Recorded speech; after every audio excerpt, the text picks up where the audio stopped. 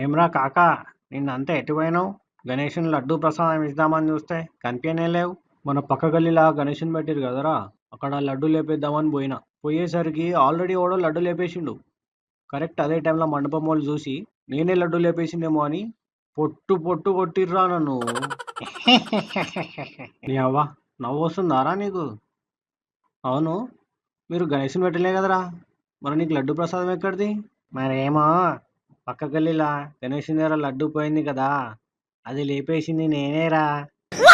అమ్మ నా కొడుక, నువ్వు చేసిన పనికి నేను తన్నులు తిన్నావు కదరా అనవసరంగా లఫూడ్గా. తన్నులు ఎట్లాగో తినేసినావు కదా, ఇప్పుడు లడ్డు తిందురా.